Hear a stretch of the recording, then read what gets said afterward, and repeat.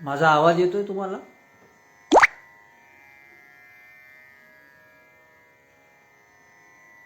कोणीतरी कमेंट करून आवाजाविषयीची स्पष्टता सांगा.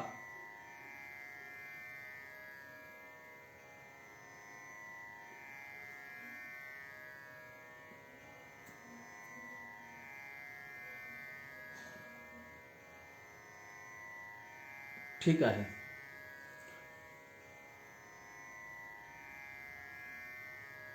अखिल भारतीय विद्यार्थी परिषद अमरावती जिल्हा यांच्या वतीनं स्वामी विवेकानंद यांच्या जयंतीचं औचित्य साधून आजच्या या फेसबुक लाईव्हच्या माध्यमातून स्वामी विवेकानंदाच्या संदर्भामध्ये प्रत्येकात स्वामी विवेकानंद या विषयावर संवाद करण्याकरता आपण एकत्रित आलेलो आहोत. मला आयोजकांनी सांगितलं की फेसबुक लाईव्ह असल्यामुळं परिचय कोणी देणार नाही, तर तुम्हीच सुरुवात करा. माझा परिचय बऱ्याच जणांना माहीत आहे, तरीही मी वारकरी संप्रदायाचा एक पाईक आहे. विशाल महाराज बडे असं माझं नाव आहे. यवतमाळ जिल्ह्यामध्ये बोरी चंद्रशेखर हे माझं गाव आहे आणि गेल्या 15 वर्षापासून, जवळपास 15 वर्षापासून वारकरी संप्रदायातील संतांचा विचार समाजापर्यंत पोहोचवण्याकरता भागवत कथा, रामकथा आणि वारकरी कीर्तन प्रवचन या माध्यमातून मी पूर्ण महाराष्ट्राभर फिरतो आणि जी टॉकीजच्या माध्यमातून 18 भागांचं शूटिंग माझं झालेलं आहे, तेही प्रदर्शित झालेलं आहे. अधिक जास्त परिचय न देता आपल्याकडं असणारा जो विषय आहे त्या विषयाच्या संदर्भामध्ये जसा जसा बुद्धीचा प्रवाह चालेल तसं तसं काहीतरी विचार मांडण्याचा प्रयत्न करतो. कालच मला शाश्वतजी देशमुख आणि तुमचे जिल्हा संयोजक निखिलजी यांचा फोन आला आणि त्यांनी मला सांगितलं की असा असा आमचा आयोजनाचा हा विषय आहे आणि स्वामी विवेकानंद यांच्या संदर्भामध्ये तुम्हाला काहीतरी बोलायचं आहे. तर मी त्यांनाच म्हटलं की तुमची अपेक्षा काय आहे. तर त्यांनी मला विषय सांगितला की प्रत्येकात स्वामी विवेकानंद. स्वामी विवेकानंदांचं लौकिक चरित्र जे आहे तेही सांगता येईल, नव्हे नव्हे ते तुम्ही शोधलं तरी सापडेल. तुम्ही शोधलं तरी काही ते मोठी अवघड गोष्ट नाही. 12 जानेवारी 1863 रोजी कलकत्ता येथे नरेंद्रनाथ दत्त यांचा जन्म झाला. त्यांचं नाव होतं नरेंद्रनाथ दत्त. त्यांच्या आईचं नाव होतं भुवनेश्वरी देवी आणि वडिलाचं नाव होतं विश्वनाथ दत्त. त्यांच्या आजोबांचं नाव होतं दुर्गचरण दत्त. वडील कलकत्त्यामध्ये कोर्टामध्ये कामाला होते. स्वामी विवेकानंद हे भुवनेश्वरी देवी आणि विश्वनाथ दत्त यांचं 6वं अपत्य होतं. त्यांना 10 अपत्य झाली होती. त्याच्यामध्ये 4 मुलं होते आणि 6 मुली होत्या. त्याच्यातले 2 वारले होते जन्मताच आणि 8 अपत्य त्यांना होते. त्याच्यामध्ये 6व्या क्रमांकाचं अपत्य हे स्वामी विवेकानंद होते, ज्यांना नरेंद्र असं त्यांचं नाव ठेवलेलं होतं. त्यांना स्वामी विवेकानंद हे नाव महाराजा अजित सिंग जे खेटरी येथील महाराज होते त्यांनी हे नाव दिलं होतं आणि त्यांचं पहिलं संन्यास घेतल्यानंतरचं पहिलं नाव स्वामी विवेदिशानंद असं होतं आणि महाराजा अजित सिंग यांनीही विवेकानंद असं नाव दिलं होतं. सगळ्यात जास्त स्वामी विवेकानंद आपल्याला ओळखल्या जातात ते म्हणजे शिकागोमध्ये त्यांनी दिलेलं जे भाषण होतं. 11 सप्टेंबर 1893 मध्ये त्यांनी शिकागोमध्ये ते भाषण दिलेलं होतं आणि 4 जुलै 1892 मध्ये स्वामी विवेकानंदांचा बेलूरच्या मठामध्ये रात्री 9:22 ध्यान करता करता त्यांनी देह सोडला. 12 जानेवारी 1863 सकाळी 6:33 जन्म, सोमवारचा दिवस. ते तेथून तर 4 जुलै 1892 या 39 वर्षाचा कालखंड स्वामी विवेकानंद भूतलावर होते. पण त्यांनी केलेलं जे कार्य होतं ते कार्य करण्याकरता आपल्याला 390 वर्षाचं आयुष्य सुद्धा कमी पडू शकते. मग असं स्वामी विवेकानंदांच्या जीवनामध्ये काय होतं? मी हे तुम्हाला लौकिक चरित्र सांगितलं. त्यांचा जन्म कधी झाला, किती मुलं होते, हे असं सांगितलं की लोकांना वाटते फार विद्वान आहेत. पण लौकिक चरित्र गुगलवरही शोधता येते. अलौकिक चरित्र शोधण्याकरता गुरुची गरज असते. आणि स्वामी विवेकानंद सुद्धा आपल्या हातामध्ये जे संन्यासी म्हणून, जे एक महात्मा म्हणून आपल्याला प्राप्त झाले, ते त्यांचे गुरु रामकृष्ण परमहंस आणि त्यांची गुरुमाता शारदा माता यांच्या माध्यमातून हे स्वामी विवेकानंद रूपी जे फूल होतं, हे फूल, ज्या फुलानं फक्त भारताला नाही तर पूर्ण जगाला सुवास दिला, विचाराचा सुगंध ज्यांनी संपूर्ण जगामध्ये पसरवला, ते स्वामी विवेकानंद हे प्रत्येकामध्ये आहेत का? असावे, निश्चितच असावे. मग आपल्यामध्ये आहेत किंवा नाही? प्रत्येकामध्ये असावं अशी आपण अपेक्षा करून राहिलो. आपला विषयच तो आहे, प्रत्येकामध्ये स्वामी विवेकानंद. स्वामी विवेकानंद नेमका आहेत काय? आणि ते आपल्यामध्ये असण्याकरता काय अडचण येत आहे, किंवा आपल्यामध्ये ते आहेत असं विचार करण्याची गरज काय आहे? फार स्वामी विवेकानंदांचं चरित्र सगळ्या युवकांकरता एक दिशादर्शक आहे. म्हणूनच 1984 मध्ये भारत सरकारनं 12 जानेवारी हा दिवस युवक दिन म्हणून साजरा करण्याचा निर्णय घेतला होता. पण आज अडचण अशी आहे की आम्ही या महापुरुषांचे जयंती, पुण्यतिथी हे उत्सव साजरे करतो, पण त्या महापुरुषांची, या संत महात्म्यांची आपल्याकडून असणारी जी अपेक्षा आहे, ती अपेक्षा आपण पूर्ण करू शकतो का? स्वामी विवेकानंदांना ओळखावं लागेल, स्वामी विवेकानंदांच्या विचारापर्यंत पोहोचावं लागेल. नोबेल पुरस्कार प्राप्त असणारे रवींद्रनाथजी टागोर यांनी शब्द वापरले होते, तुम्हाला भारताला जर ओळखायचं असेल तर त्याच्याकरता तुम्हाला स्वामी विवेकानंदांचा अभ्यास करावा लागेल. पण तुम्ही थोडासा हाही विचार जर केला, मला असा कोणाचा परिचय आला नाही, पण बरेच जण असं म्हणतात की स्वामी विवेकानंदांच्या विचाराचा अभ्यास करणारे लोक जे होते त्याच्यातल्या बऱ्याच लोकांनी आत्महत्या सुद्धा केल्या. म्हणून काही लोकांनी असा विचार मांडला की स्वामी विवेकानंदांचे विचार हे निराशावादी विचार असतील का? मला तरी असं वाटते की जे सत्पुरुष आहेत, जे सज्जन आहेत, आणि स्वामी विवेकानंद तर भगव्या कपड्यातलं एक संन्यासी व्यक्तिमत्व होते, ते संन्यासी आहेत. मग असं व्यक्तिमत्व, त्यांच्या विचारामुळं कोणाला आत्महत्या करावी वाटेल असं होऊ शकत नाही. म्हणून स्वामी विवेकानंद समजून घ्यावे लागते.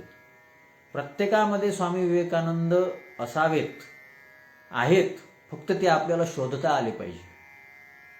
आणि हे शोधण्याकरता काही विशेष करायची गरज नाही. स्वामी विवेकानंदांचे जे विचार आहे, ते स्वामी विवेकानंदांचे जे विचार आहे, त्या विचाराचा मागावा घेत आपल्याला जावं लागेल.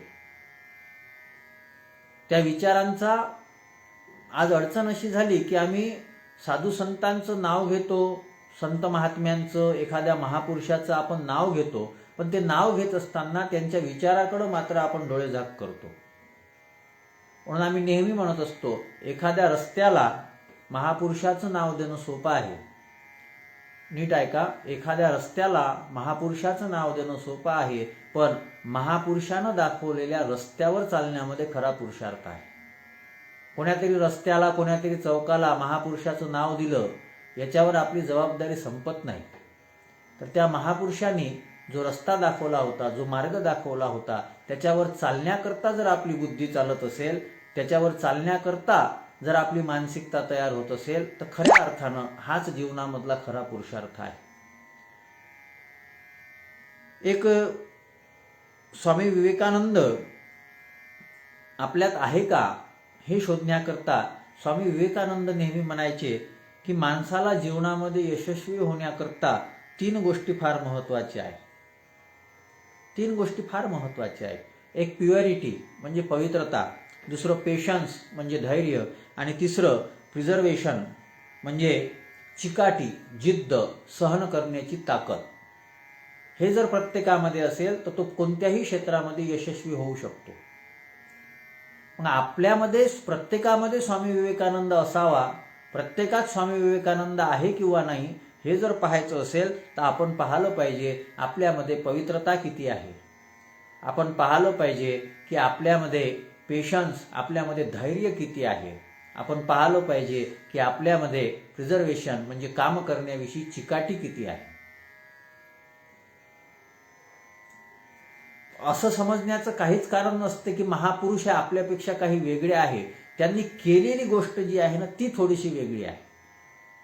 त्यांच्या जीवनामध्ये ज्या संस्कारामध्ये ते वाढले, ज्या वातावरणामध्ये ते वाढले, ते संस्कार त्यांच्या आईनं त्यांना चांगले संस्कार दिले असेल. कोणत्या आईला किंवा वडिलाला वाटते की आपल्या मुलाला चांगले संस्कार देऊ नये. तुम्ही थोडंसं स्वामी विवेकानंदांचं चरित्र जर वाचाल तर त्या चरित्रामध्ये उल्लेख आहे. स्वामी विवेकानंद लहानपणामध्ये फार खोडकर होते, फार खोड्या करायचे, घरामध्ये फार त्रास द्यायचे, आणि म्हणून स्वामी विवेकानंदाची आई भुवनेश्वरी देवी हिनं चांगलं मूल व्हावं याच्याकरता पहिले स्वामी विवेकानंदांचा जन्म होण्याच्या पहिले भगवान शंकराची, शिवाची आराधना केली होती असं त्यांच्या चरित्रामध्ये उल्लेख आहे. पण स्वामी विवेकानंदांचा हा खोडकरपणा पाहून स्वामी विवेकानंदाची मातोश्री भुवनेश्वरी देवी या स्वामी शिवाला म्हणू लागल्या की हे शिवा, तू माझ्या पोटी तुझा गण जन्माला पाठवलेला आहे का? तू भूत पिशाच्याची देवता आहे तर माझ्या पोटी एखादं तुझ्याच गणापैकी भूत पिशाच्य पाठवून दिलं का? इंग्रजी साहित्यामध्ये त्याच्याकरता डेमॉन हा शब्द आलेला आहे. You give me a demon child.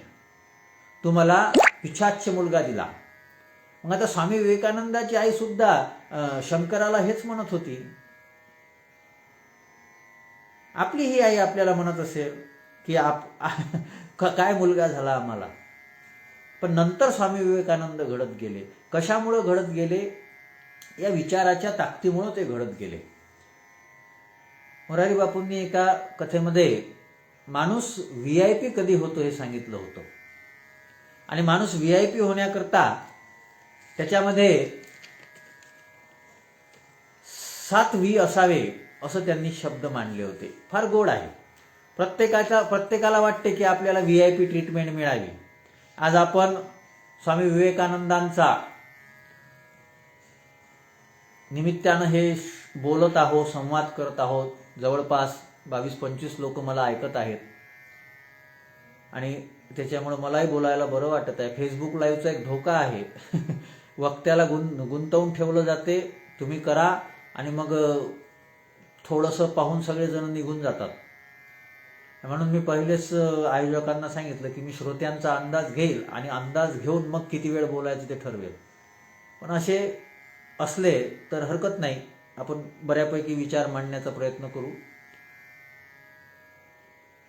7 V असले पाहिजे, आणि ते 7 V जर जीवनामध्ये असेल तर तुम्ही सुद्धा VIP बनू शकता. स्वामी विवेकानंद हे भारतीय विचारधारेमधलं सगळ्यात VIP व्यक्तिमत्व आहे. आजही फक्त भारतामध्ये नाही, परदेशामध्ये सुद्धा त्यांचं नाव घेतलं जाते. त्यांच्या विचारांची शक्ती तितकी होती. पण कोण VIP आहे? तर एक त्याच्यामध्ये विश्वास असला पाहिजे. आपल्या प्रत्येकामध्ये स्वामी विवेकानंद आहे किंवा नाही हे पाहत असताना आपला विश्वास कसा आहे याचा विचार आपल्याला करावा लागेल. स्वामी विवेकानंदांचा आपल्या संस्कृतीवर, आपल्या वैदिक परंपरेवर दृढ विश्वास होता. दुसरं महत्त्वाचं, स्वामी विवेकानंदांचा केवळ संस्कृती परंपराच नाही तर स्वामी विवेकानंदांचा स्वतःवरही खूप विश्वास होता. स्वामी विवेकानंदांचं एक वाक्य आहे, you can not believe in God, you can not believe in God until you believe in your self.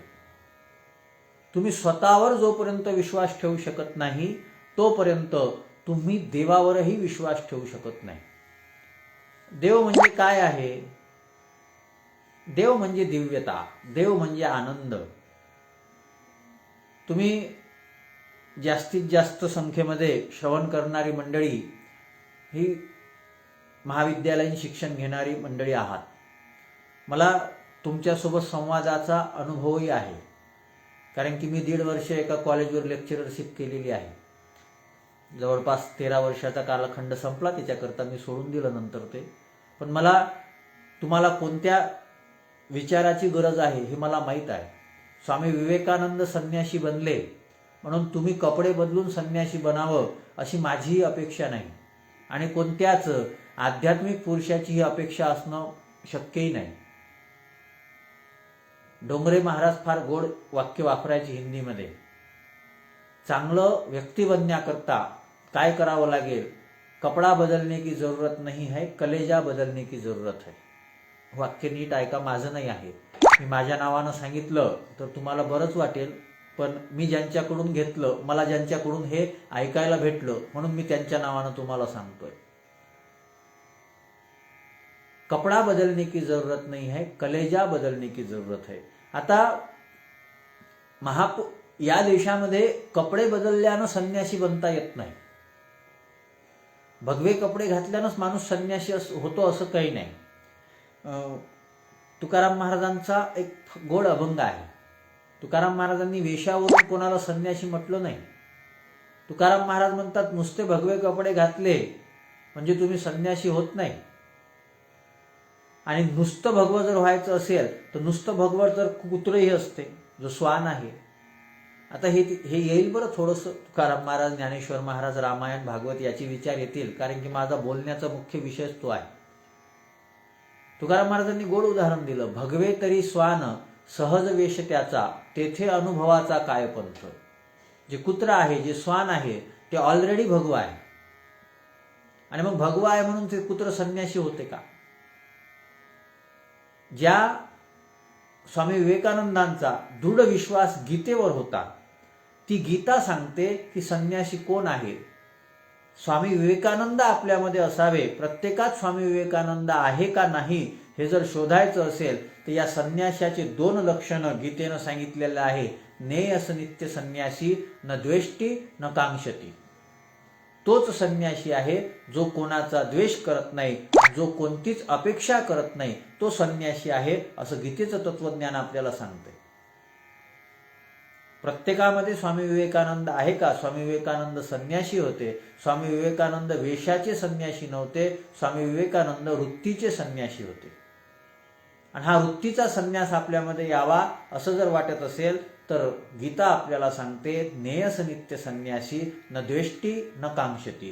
तुम्ही कोणाचा द्वेष करू नका आणि तुम्ही कोणाविषयी मत्सर करू नका. आणि दुसरं, तुम्ही कोणाचकडून कोणती अपेक्षा व्यक्त करू नका. फार गोड विचार स्वामी विवेकानंदांनी मांडले होते. द्वेष करू नका कोणाचा. स्वामी विवेकानंद म्हणायचे की तुमच्यामध्ये इतक्या कमतरता आहे, तुमच्यामध्ये इतक्या कमतरता आहे, तरी तुम्ही स्वतःवर प्रेम करता आणि एखाद्यामध्ये एखादी चुकीची गोष्ट दिसते म्हणून तुम्ही त्याच्याविषयी घृणा व्यक्त करता. हे माणसाचं लक्षण नाही. हे माणसाचं लक्षण नाही. हे स्वामी विवेकानंदांचे शब्द आहे, माझे शब्द नाही.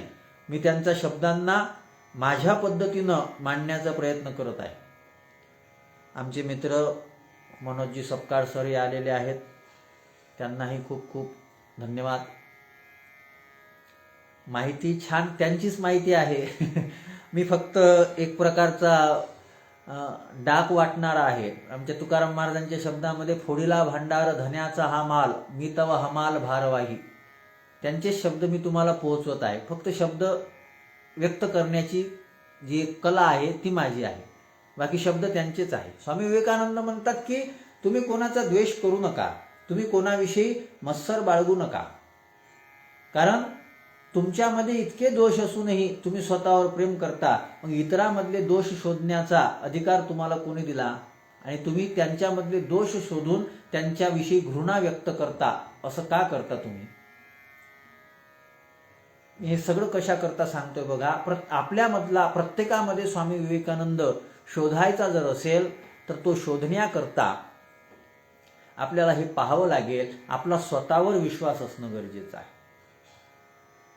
आपण चुकीच्या लोकांच्या संगतीमध्ये राहतो आणि चुकीच्या लोकांच्या संगतीमध्ये राहिल्यामुळं आपण आपल्यामध्ये काय आहे, आपण काय बनू शकतो याच्याविषयीचा जो आपला स्वरूपबोध आहे ना, त्या स्वरूपबोधापासून आपण वंचित ठरत आहोत. मी तुम्हाला रामायणातलं उदाहरण देऊन जाईल मी तुम्हाला. हनुमंतरायामध्ये प्रचंड शक्ती होते. आज शक्तीची आराधना करण्याकरता प्रत्येक जण हनुमंतरायाची आराधना करतो, पण हनुमंतरायांना जेव्हा लंकेमध्ये जायचं असताना त्यांना त्यांच्या शक्तीचा बोध होत नव्हता. त्या शक्तीचा बोध त्यांना जांबुवंत महाराजांनी करून दिला. ही शक्तीचा बोध त्यांच्यापाशी होत नव्हता. याचं कारण काय आहे? याचं कारण एकच आहे, ते सुग्रीवासारख्या भित्र्या माणसाच्या संगतीमध्ये राहत होते आणि चुकीच्या संगतीमध्ये राहिल्यामुळं त्यांचा जो बोध आहे, स्वरूप बोध आहे, स्वतःच्या शक्तीविषयीचा जो विश्वास आहे, तो विश्वास त्यांनी हरपलेला होता. सेल्फ कॉन्फिडन्स याला स्वामी विवेकानंदांनी फार महत्त्व दिलेलं आहे. स्वतःविषयी विश्वास असला पाहिजे. आपली अडचण अशी झालेली आहे की आपण स्वतःला कमजोर समजलेला आहे. आपल्याला स्वतःविषयी विश्वास नाही. या देशामध्ये प्रत्येकामध्ये शक्ती आहे. प्रत्येक युवक हा विवेकानंद होऊ शकतो. तुम्हाला स्वतःमधला विवेकानंद जर जागृत करायचा असेल ना, तर तो स्वतःमधला विवेकानंद जागृत करण्याकरता स्वतःवरचा जो विश्वास आहे, त्या विश्वासाला खतपाणी देणं गरजेचं आहे. त्या विश्वासाला ओळखणं गरजेचं आहे. आपली अडचणच एक झाली, आपण स्वतःला ओळखत नाही. सगळं आपल्यापाशी आहे, पण आपण इकडं तिकडं पाहत फिरतो. गौतम बुद्धाच्याही चरित्रामध्ये कथा आलेली होती की गौतम बुद्ध घर सोडून निघून गेले आणि घर सोडून निघून गेल्यानंतर जेव्हा ते पहिल्यांदा त्या लुंबिनीमध्ये परत आले, त्यांचं लग्न झालेलं होतं, पत्नी होती यशोधरा, मुलगा होता राहुल, आणि आता गौतम बुद्ध कोणीतरी एक महापुरुष झालेले होते. परत आल्यानंतर यशोधरेनं प्रश्न विचारला होता की जे शोधण्याकरता तुम्ही आम्हाला सगळं सोडून दिलं होतं ते इथं नव्हतं का? गौतम बुद्धाने दिलेलं उत्तर फार गोड होतं, मला क्षमा कर, ते येथेही होतं, पण मला इथं सापडलं नाही, मला तिकडं जाऊन शोधावं लागलं. आपल्यामध्येच प्रत्येक गोष्ट आहे. आम्ही बरेच वेळा एक गोष्ट सांगत असतो हा मुद्दा मांडण्याकरता. संतांचे शब्द आहे, तुझे आहे तुझं पाशी परी तू जागा चुकलाशी. आपल्यामध्येच आहे, पण आपण चुकत चाललो, आपल्याला ते शोधता येत नाही. अंधाराचे दिवस होते. एक व्यक्ती आपली चारचाकी घेऊन प्रवासाला निघाला तर त्याच्या एका चाकाचे जे चारही नट होते ना, ते नट काहीतरी अडचण आली आणि ते नट खोलता ते नट तुटले. आता हा विचारात पडला की आता हे नट तुटले, आता मी प्रवास कसा करायचा? एक चाक तर मला लावता येणार नाही. सगळीकडे अंधकार होता, कोणी मदत करण्याकरता येण्याची शक्यता नव्हती. परिसर असा होता की तिथे कोणतं दुकानही दिसत नव्हतं. मग अशा वेळेस करायचं काय? म्हणून कोणीतरी मदत करेल या अपेक्षेनं ती व्यक्ती अशी थोडीशी बाजूला गेली. त्याला तिथे एक मोठं घर दिसलं. अंधार होता, लाईन गेलेली होती, आणि त्या घरापाशी जाऊन त्याने आवाज दिला, कोणीतरी मला मदत करता का? Please someone give help. एक माणूस आला, आणि माणूस आल्यानंतर ते म्हणू लागला, तुला काय हेल्प पाहिजे सांग, मी तुला मदत करतो, पण मला बाहेर येता येत नाही, इथे कुलूप लागलेला आहे. म्हणजे माझ्या एका चाकाचे नट तुटलेले आहे. आता त्या चाकाला नट लावल्याशिवाय मला समोर जाता येणार नाही, आणि इथे काही दुकान नाही, काही नाही, ते नट मी कसे काय लावू? त्या माणसाने सांगितलं, किती सोपी गोष्ट आहे. म्हणे याच्यामध्ये काय सोपं आहे? अरे म्हणे तुझ्यापाशी 3 चाका आहे, त्या 3 चाकाला 4 नट लागलेले आहे, म्हणजे तुझ्यापाशी 12 नट आहे. तू एक काम कर, त्या प्रत्येक चाकाचा एक नट काढून घे आणि तो एक नट काढून या चाकाला लाव. तुझ्या 3 बोल्टवर नटवर ते 4ही चाकं चालू शकतात. हा विचार करू लागला, हे मला कसं काय सुचलं नाही. हा विचार करू लागला, हे मला कसं काय सुचलं नाही. आणि त्याचं म्हणणं बरोबर होतं. एक नट जरी नसला तरी 3 नट आणि बोल्टवर ते चाक राहू शकलं असतं. त्यानं तसंच केलं आणि तसंच केल्यानंतर तो विचार करू लागला, हा सांगणारा माणूस किती हुशार आहे, हा सांगणारा माणूस किती हुशार आहे. म्हणून त्याला धन्यवाद म्हणण्याकरता, त्याला थँक्यू म्हणण्याकरता, त्याचे आभार मानण्याकरता तो परत गेला. तितक्यामध्ये लाईन आली आणि लाईन आल्यानंतर पाहतो तर तो पागलखाना होता आणि तो उत्तर देणारा माणूस पागल होता. ज्याला समाजानं पागल म्हटलं, ज्याला समाजानं वेडा म्हटलं, त्या माणसानं आपली गाडी चालवण्याकरता आवश्यक असणारी माहिती आपल्याला दिलेली होती. पण जे स्वतःला शहाणे समजत होते त्यांच्याकडं ती माहिती नव्हती. आपलंही असंच झालेलं आहे. आपल्यापाशी थोडंफार शिक्षण असते, थोडंफार विद्या असते, आपण स्वतःला शहाणं समजतो. पण आपल्याला जीवनाचा प्रवास यशस्वी करण्याकरता, जीवनाचा प्रवास सफल करण्याकरता ज्या गोष्टीची गरज आहे ते कोणीतरी जगानं ज्यांना वेडं म्हटलेलं आहे अशा महापुरुषापाशीच त्याचा उपाय आपल्याला सापडतो. आपल्याच पाशी आहे. महापुरुष काय करतात हो वेगळं? वेगळं काय करतात? मी तुम्हाला कितीतरी उदाहरणं बोलून जाऊ शकतो. संत एकनाथ महाराजांपाशी एका बाईनं तिचा मुलगा गावबा नावाचा तो पोहोचून दिला. तो घरी नुसतं पुरणपोळी खाण्याचा हट्ट करत होता. गरीब स्त्री होती, रोज पुरणपोळी देणं शक्य नाही, म्हणून तिनं नाथ महाराजांकडे त्या मुलाला दिलं. नाथ महाराज तेव्हा जागीरदार होते, फार संपत्ती होती त्यांच्याकडे. सगळ्या महाराष्ट्रातल्या संत मालिकेमध्ये श्रीमंत म्हणजे पैशानंही श्रीमंत असणारे नाथ महाराज हे संत होते. त्यांनी ठेवलं आणि त्यांनी ठेवलं. त्या मुलाने सांगितलं, मी काहीच करणार नाही, मला फक्त पुरणपोळ्या खायला देत जा, मी काहीच करणार नाही. तुम्ही म्हणसाल भजन करा, काकडा करा, कीर्तन करा, मी काहीच करणार नाही, मी फक्त पुरणपोळी खाईल. नाथ महाराज म्हणाले, काही हरकत नाही, तू पुरणपोळीच खा. आणि नाथ महाराजांनी त्याला तिथंच ठेवलं. असं म्हणतात की नाथ महाराजांनी भावार्थ रामायण नावाचा ग्रंथ लिहिला आणि त्या ग्रंथाची कथा उत्तरकांडपर्यंत आली. लंकाकांड संपलं आणि उत्तरकांड व्हायचंच होतं. नाथ महाराजांनी आपला देह ठेवला, जलसमाधी घेतली. आता ग्रंथ पूर्ण कोण करणार? तर तो ग्रंथ पूर्ण केला गावोबानी, जो पुरणपोळ्या खाण्याकरता येऊन बसला होता. म्हणजे त्या गावोबामध्ये सामर्थ्य नव्हतं का? त्या गावोबामध्ये ते सामर्थ्य नव्हतं का? होतं ते सामर्थ्य. फक्त ते सामर्थ्य ओळखता आलं पाहिजे आणि ते सामर्थ्य ओळखलं होतं एकनाथ महाराजांनी. आपला विश्वास, म्हणून अविश्वासी माणूस जो आहे ना तो फार घातक असतो. आपला आपल्यावर तरी विश्वास असला पाहिजे. आपला विश्वास जर दृढ राहत असेल, स्वामी विवेकानंदांच्या जीवनामध्ये त्यांना त्यांच्याविषयी विश्वास होता. ते म्हणत होते की मी काही सामान्य नाही. आणि माझी सगळ्यांना हात जोडून विनंती आहे, कोणी स्वतःला सामान्य समजून घेऊ नका. स्वामी विवेकानंदांचंच गोड वाक्य आहे, strength is life, weakness is death. Strength, स्वतःला बलवान समजा. आपण त्या बलवानाचेच अंश आहोत. गीता सांगते ममे वांश जीव लोके, प्रत्येक जीव हा त्या बलवान असणाऱ्या परमात्म्याचा अंश आहे. स्वामी विवेकानंद जे करू शकतात ते आपणही करू शकतो, फक्त आपला विश्वास असला पाहिजे. स्वामी विवेकानंदामध्ये तो विश्वास होता. आपला हा विश्वास कमकुवत झालेला आहे.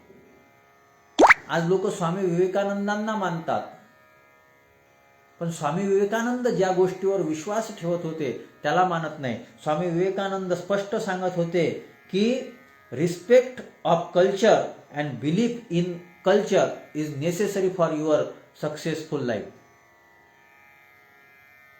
कल्चर, संस्कृतीविषयी तुमच्या मनामध्ये रिस्पेक्ट असला पाहिजे, आदर असला पाहिजे. आजचा युवक भरकटलेला आहे. प्रत्येकामध्ये स्वामी विवेकानंद आहे हा विचार आपण जेव्हा मांडून राहिलो तर तेव्हा तो युवक भरकटलेला आहे. कारण की तो आपल्या संस्कृतीला विसरलेला आहे, तो चरित्राला विसरलेला आहे. मी त्या दिवशी 12 जानेवारीला एक छोटासा व्हिडिओ सुद्धा बनवून पाठवला होता. कदाचित त्या व्हिडिओमुळंच आमच्या शाश्वत भाऊंनी, निखिल भाऊंनी मला याच्याकरता आमंत्रित केलेलं असेल. स्वामी विवेकानंदांच्या जीवनासंदर्भातलाच तो व्हिडिओ होता एक. कदाचित तुम्ही फेसबुकला ऐकला असेल, सोशल मीडियाला बराच व्हायरल झाला तो. त्याच्यामध्ये कल्चरचंच इम्पॉर्टन्स सांगितलेलं आहे. स्वामी विवेकानंद ब्रिटनमध्ये असताना त्यांना एका व्यक्तीनं प्रश्न विचारला, you are looking handsome but why are you looking such kind of clothes? तुम्ही दिसायला सुंदर दिसता, पण तुम्ही अशा पद्धतीचे कपडे का घातले? स्वामी विवेकानंदांनी त्यांना गोड उत्तर दिलं, फार गोड उत्तर दिलं. Mister, please listen carefully. In your country tailor and clothes make gentleman, but in our Indian country our culture and our character makes gentleman. ही कल्चर, या कल्चरमुळं स्वामी विवेकानंदांनी शिकागोची धर्म परिषद जिंकली. आपल्यामध्ये ते कल्चर आहे का? आपण या कॅरेक्टर करता लक्ष देत आहो का? प्रत्येक युवकांनी याचा गांभीर्यानं विचार केला पाहिजे. स्वामी विवेकानंद म्हणायचे की या देशाला जुनं गतवैभव प्राप्त करून देण्याकरता युवकांची गरज आहे. मला त्या युवकांचा शोध आहे.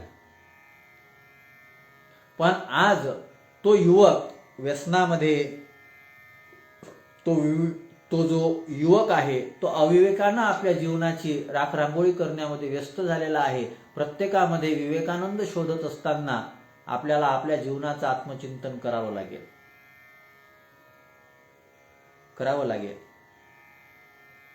का आपल्याला हे आत्मचिंतन करावं वाटत नाही?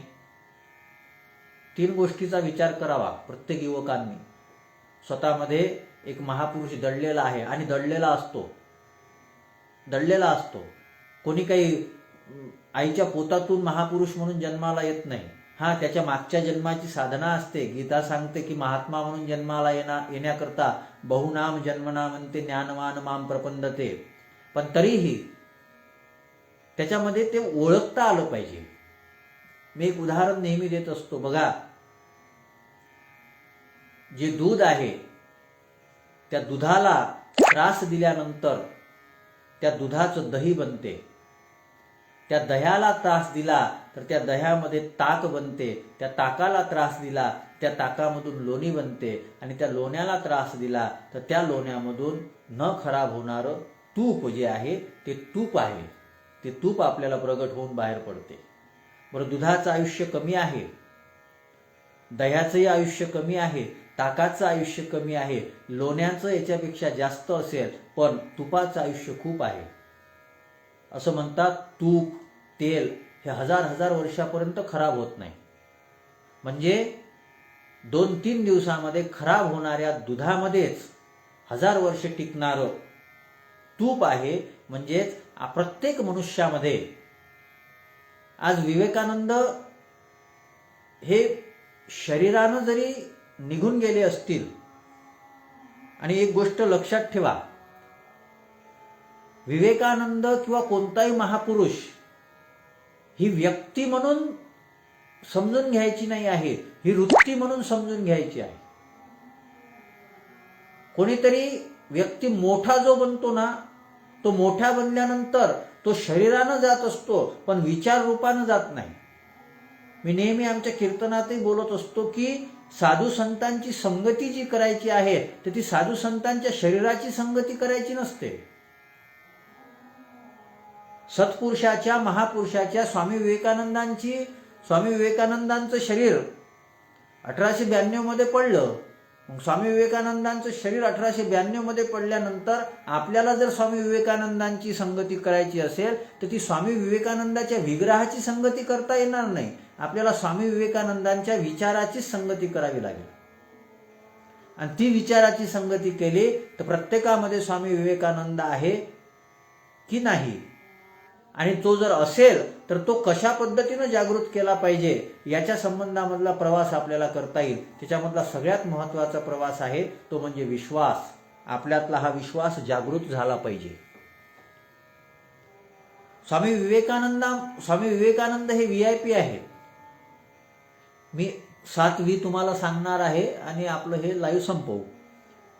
म्हणजे तुमच्या लक्षात येईल की VIP होण्याकरता VIP होण्याचा प्रत्येक जण प्रयत्न करतो. VIP लोकांना मान आदर जास्त मिळतो. बरेच वेळा लोक म्हणतात ते VIP आहेत. आपणही VIP आहोत.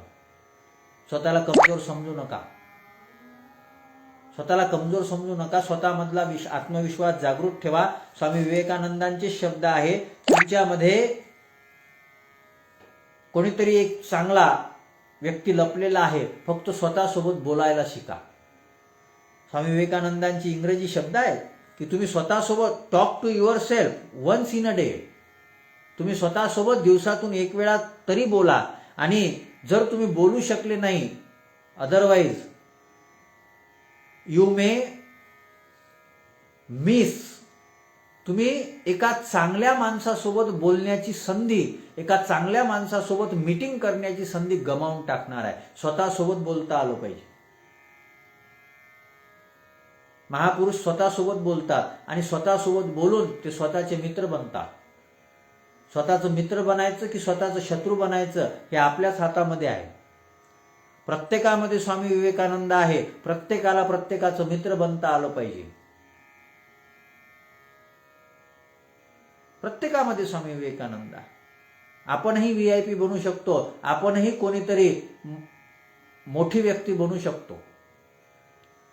स्वामी विवेकानंदच म्हणायचे, प्रत्येक फळ जे आहे त्या प्रत्येक फळाची एक विशिष्ट चव आहे. आणि म्हणून कोणी कोणतंही फळ एकामेकाची नक्कल करत नाही. मी नेहमी एक गोष्ट बोलत असतो. आमच्या कथा कीर्तनामध्येही मी बोलतो. आणि मलाही फोकस करायचा आहे युवकांवर. युवकांमध्ये याची त्याची नक्कल करण्याची चढाओढ लागलेली आहे. पण एक गोष्ट लक्षात घ्या, प्रत्येकाचं जीवन हे वेगळं जीवन आहे, वैशिष्ट्यपूर्ण जीवन आहे. कोणी प्रसिद्ध होतो, कोणी प्रसिद्ध होत नाही. आणि जी व्यक्ती प्रसिद्ध झाली, जी व्यक्ती समाजामध्ये मोठी झाली, ती व्यक्ती अभ्यासूच आहे, हुशारच आहे, त्याच्या क्षेत्रामध्ये ती गुणवानच आहे असं कळण्याचं काही कारण नाही. प्रत्यक्ष बोलता येत नाही, नावं सांगता येत नाही. या भारतामध्ये चुकीची लोक त्यांच्या प्रारब्धामुळे मोठी झाली. चुकीची लोक मोठी झाली. आणि मग जी लोक चुकीची लोक मोठी झाली तर त्यांच्यासारखं वागून तुम्हाला मोठं होता येत नाही, होऊ नये. युवकांनी एक गोष्ट लक्षात ठेवा, आपल्याला किती लोक ओळखतात हे महत्वाचं नाही, ते लोक आपल्याला कशासाठी ओळखतात ही गोष्ट फार महत्वाची आहे. किती लोक ओळखतात हे महत्वाचं नाही. एखाद्या गावामधला एखादा दारू पिणारा व्यक्ती असेल, सगळं गाव त्याला ओळखतं, पण कशासाठी ओळखतं? कमी लोकांनी ओळखावं पण चांगल्या कामासाठी ओळखावं. याच्यामध्ये जीवनाची खरी यशस्वीता आहे. आपला विश्वास वाढावा, स्वतःविषयीचा विश्वास वाढावा. आणि तो विश्वास वाढवण्याकरता आपल्याला स्वतःसोबत बोलता आलं पाहिजे. दुसरं, आपल्या जीवनामध्ये विचाराचं एक स्थान असावं. स्वामी विवेकानंद विचाराला फार महत्त्व द्यायचे. माणसानं विचारवान बनावं. आमच्या जगद्गुरु तुकाराम महाराजांनी सांगितलं, जीवनामध्ये समाधान प्राप्त करून जर घ्यायचं असेल तर तुमच्या जीवनामध्ये विचार असला पाहिजे. विचारा वाचून न पविजे समाधान. त्या विचाराशिवाय तुमच्या जीवनामध्ये समाधान येणार नाही. VIP होण्याकरता विवेकानंद VIP आहेत. प्रत्येकातला विवेकानंद जागृत करण्याकरता, प्रत्येकातला विवेकानंद ओळखण्याकरता. हा शब्द महत्वाचा आहे. तुम्ही म्हणसाल महाराज तुमचंही नाव विशाल आहे म्हणून तुम्ही हे म्हणता का वर? विवेकानंदाचाच विषय मांडायचा आहे. आणि अनायशे आज दुपारी विचार करत असताना ते मोरारी बापूंचे शब्द मला आठवले. VIP मध्ये 7 व्ही कोणते महत्वाचे आहे.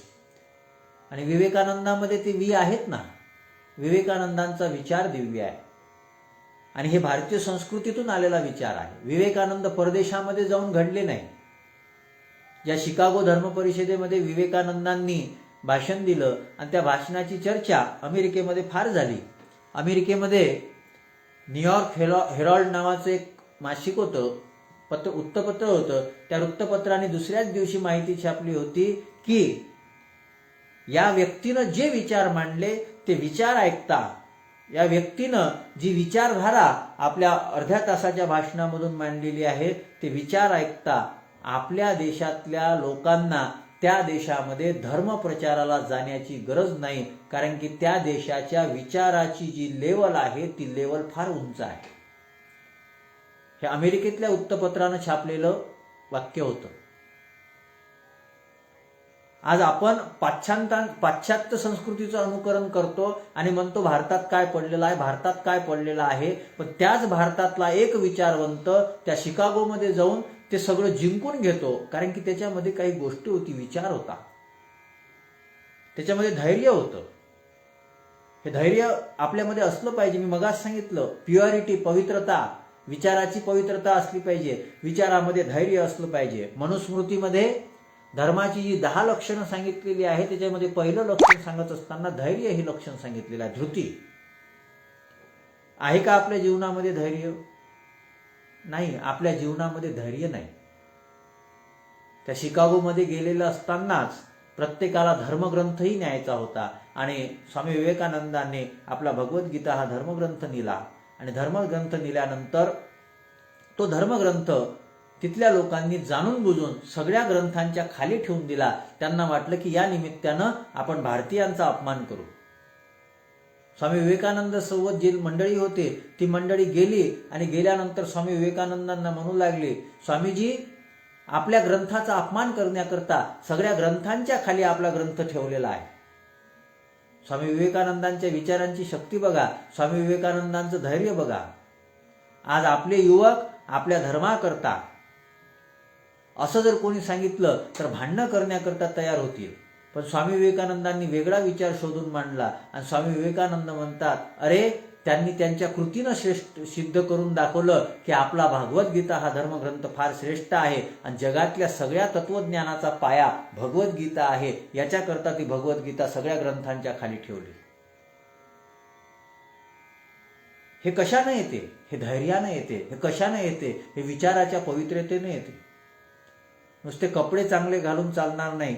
माणसा स्वच्छता आणि पवित्रता याच्यामध्ये फरक आहे. स्वच्छता ही बहिरंगाची असते, पवित्रता ही अंतरंगाची असते. प्रत्येकामध्ये स्वामी विवेकानंद आहे, फक्त ती पवित्रता जपता आली पाहिजे. जशी कपड्याची पवित्रता जपता येते तशी विचाराची पवित्रता जर जपता आली तर प्रत्येकामध्ये स्वामी विवेकानंद आहेत. तिसरा विचार आहे विवेक, आणि हा सगळ्यात महत्वाचा विचार आहे. हा विवेक असला पाहिजे. आज प्रत्येकामध्ये स्वामी विवेकानंद आहे, तो आपल्याला ओळखता येत नाही. त्याचं कारण एकच आहे, आपल्याला तो विवेक आपला जागृत झालेला नाही.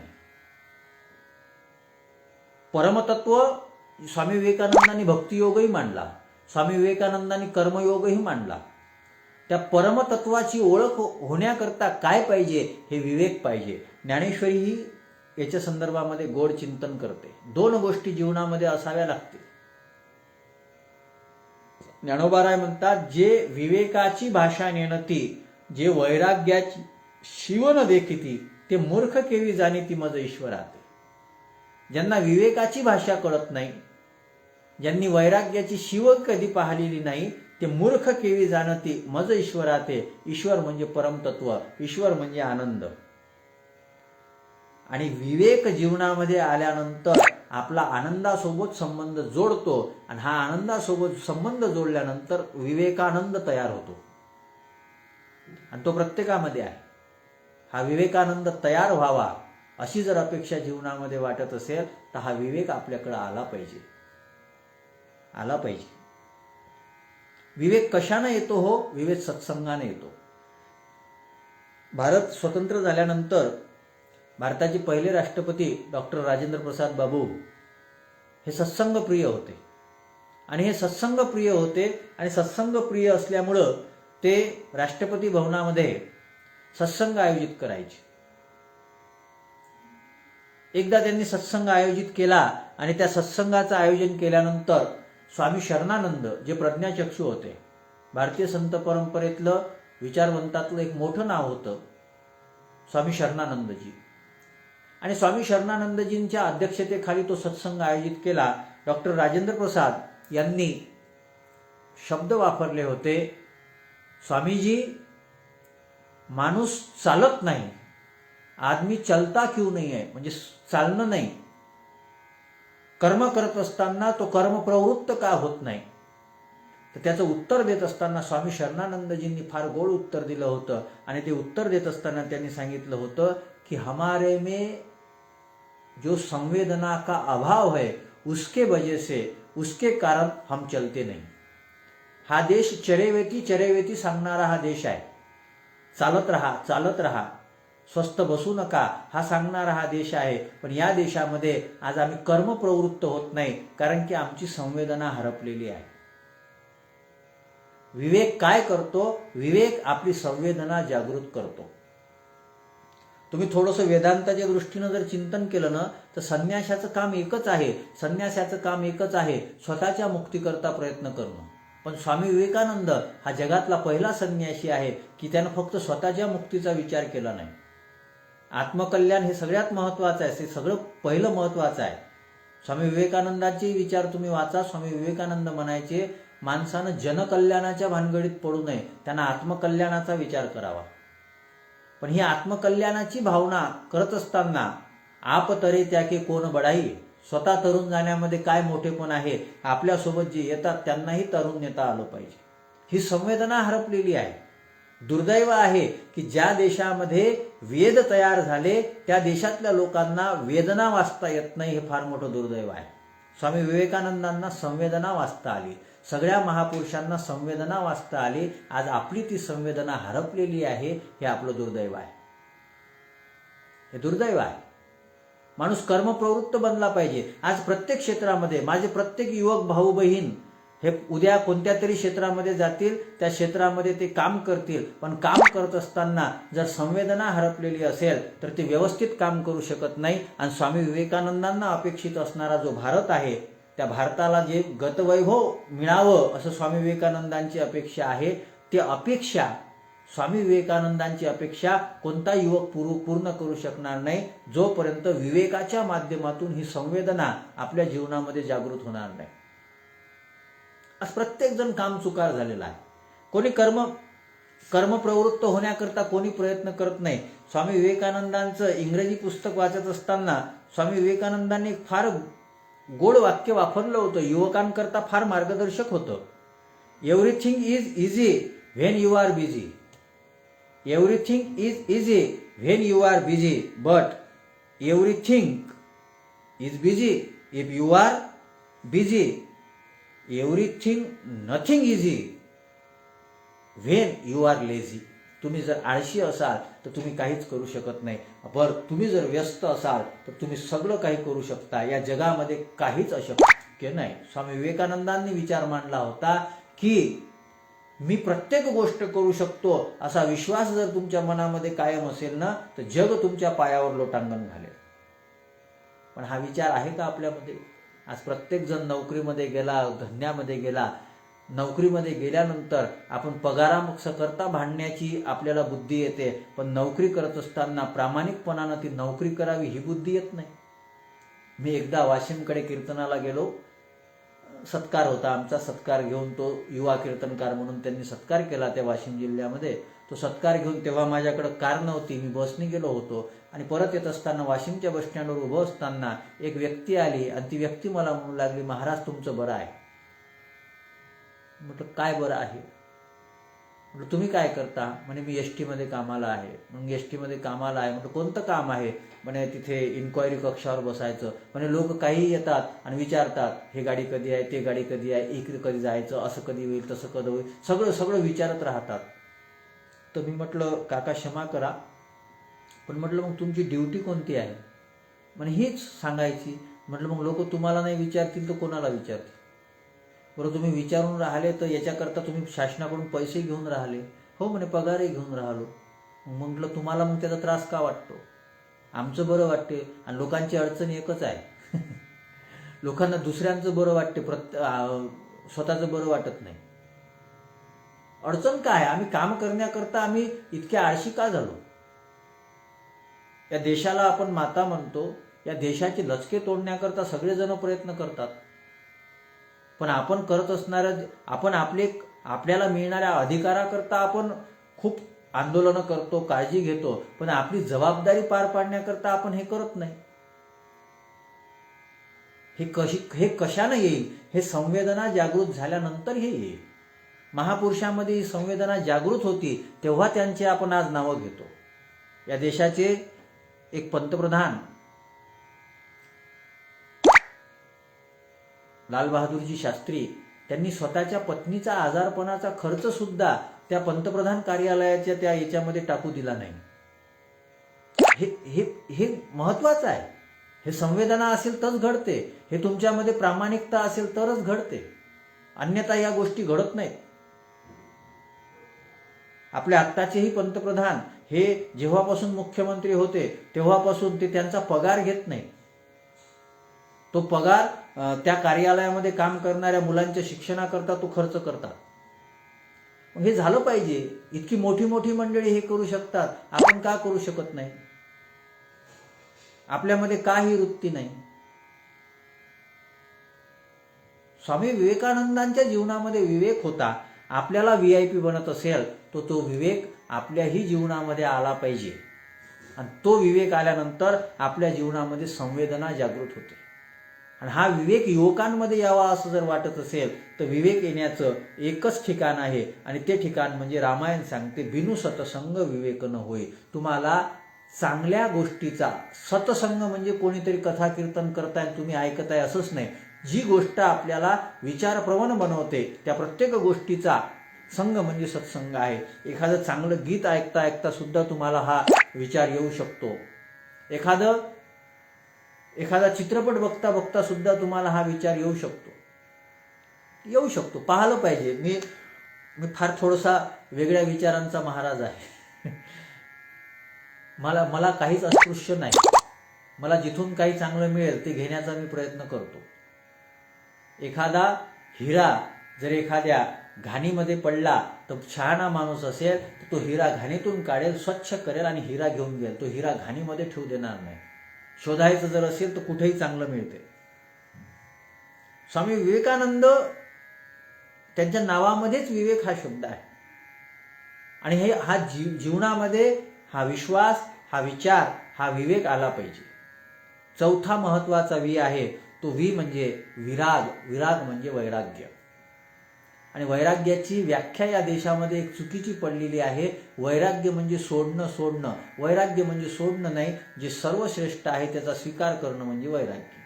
आणि तुम्ही सर्वश्रेष्ठ जर स्वीकारलं तर जे हलकं फुलकं आहे ते आपोआपच सुटून जातं. तुम्हाला वेगळं काही सोडायची गरज पडत नाही. मी थोडंसं पॉझिटिव्ह थिंकिंग करणारा मी माणूसच पॉझिटिव्ह आहे. कोरोना पॉझिटिव्ह नाही, कारण की पॉझिटिव्ह या शब्दाला मोठं विचित्र दृष्टीनं पाहिलं जाते आजकाल. स्वामी विवेकानंदांचे विचार निगेटिव्ह नाहीतच. मला कधी कधी लोक म्हणतात की स्वामी विवेकानंदांची पुस्तकं वाचल्यानंतर माणूस नैराश्यात्मक वातावरणामध्ये जातो. मला वाटत नाही. मी जिथपर्यंत विचार केला तिथपर्यंत कोणत्याच महापुरुष कोणाला निराशावादी बनवूच शकत नाही, आणि तो जर बनवत असेल तर तो महापुरुषच नाही. वैराग्य म्हणजे या देशामध्ये राजे महाराजांचा सत्कार झाला नाही, वैराग्यवान महापुरुषांचा सत्कार झाला. कारण की त्यांच्या जीवनामध्ये, आणि वैराग्य म्हणजे जे सर्वश्रेष्ठ आहे ना त्याचा स्वीकार करणं. तुम्ही खाऊ नका असं म्हणायचं नाही, पण जे चांगलं आहे ना ते खाल्लं पाहिजे. माझी युवकांना हात जोडून विनंती आहे. श्रवण करत असलेले उद्या हे सर्क्युलेट होईल, पुन्हा बरेच लोक नंतरही हे फेसबुक लाईव्हच्या माध्यमातून श्रवण करतील. या देशामध्ये खानपान सांभाळल्या गेलं पाहिजे. खानपान सांभाळल्या गेलं पाहिजे.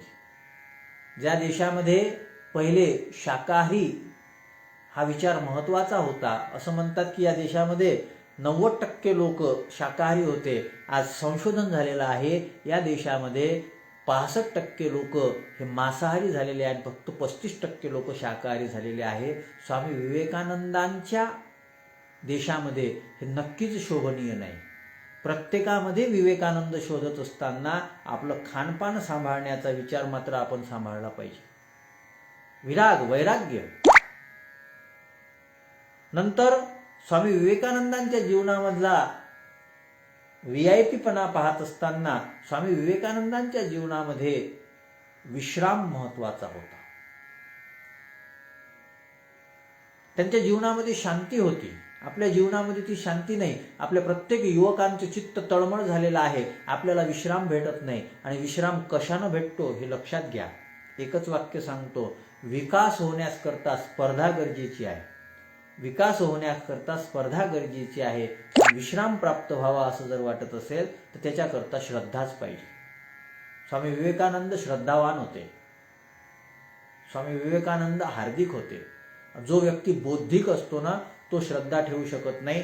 जो व्यक्ती हार्दिक असतो तो व्यक्ती श्रद्धा ठेवू शकतो.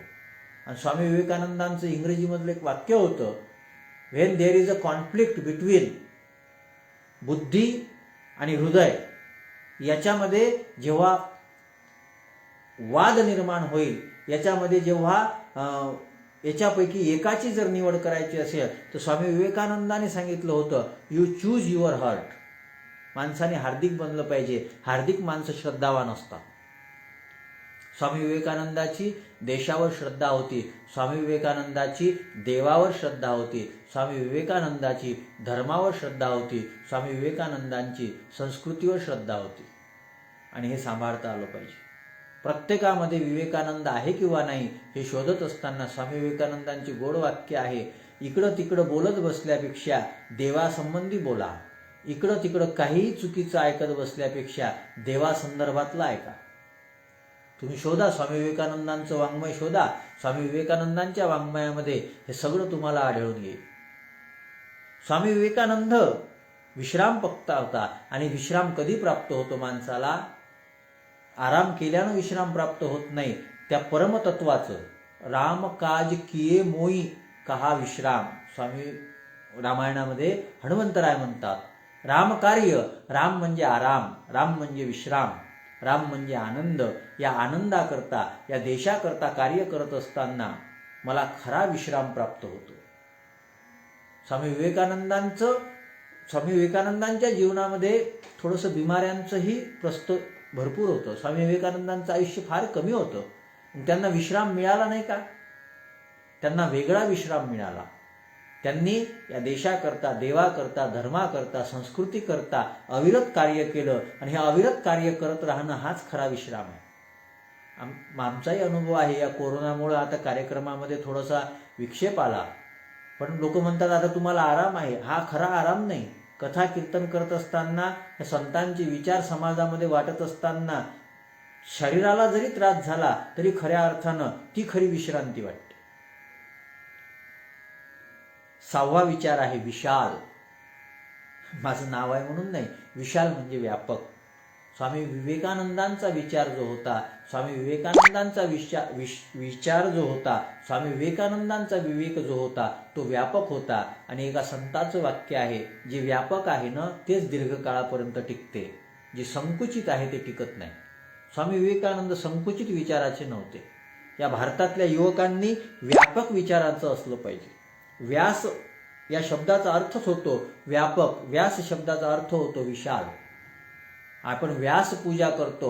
व्यास म्हणजे विशालत्वाची पूजा झाली पाहिजे, व्यापकत्वाची पूजा झाली पाहिजे.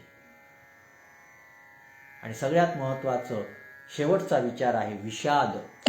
आता विषाद जर नसावा, पण महापुरुषाचा विषाद सुद्धा आपल्याला कशाची प्राप्ती करून देते? प्रसादाची प्राप्ती करून देते. कदाचित स्वामी विवेकानंदांच्या जीवनामध्ये आज त्यांच्या चेतनेला हा विषाद असेल की ज्या भारताकरता मी प्रयत्न केले, ज्या भारताला गतवैभव प्राप्त करून देण्याकरता मी प्रयत्न केले, आज ज्या युवकांकडून मला ती अपेक्षा होती. 1984 नंतर स्वामी विवेकानंदांची जयंती युवक दिन म्हणून साजरी केली जाते. त्या युवकांचा विचार मांडत असताना आज ते युवक मला भारताला जे गतवैभव प्राप्त करून द्यायचं आहे ते गतवैभव प्राप्त करून देण्याच्या दिशेनं कार्य करत नाही, हे पाहिल्यानंतर त्यांच्या मनामध्ये विषाद येत असे. स्वामी विवेकानंद भयभीत राहत नव्हते. स्वामी विवेकानंदांचं वाक्य होतं, fear is death, fear is a foolish life. जो माणूस भयभीत असतो तो फुलिश लाईफ आहे. स्वामी विवेकानंदांचं जीवन मोठं वैशिष्ट्यपूर्ण जीवन होतं. स्वामी विवेकानंद एकदा जयपूरला गेले. जयपूरच्या राजांनी त्यांच्या स्वागताकरता नाचगाणं ठेवलं, वेश्येला नाचण्याकरता बोलवलं आणि वेश्या आली हे पाहून स्वामी विवेकानंद खोलीमध्ये गेले. खोलीमध्ये गेल्यानंतर स्वामी विवेकानंदाला सगळे बोलवायला जाऊ लागले. स्वामी विवेकानंद बाहेर येत नव्हते. मी संन्यासी आहे, मी ब्रह्मचारी आहे आणि वेश्या नाचेल मी कसं काय पाहू.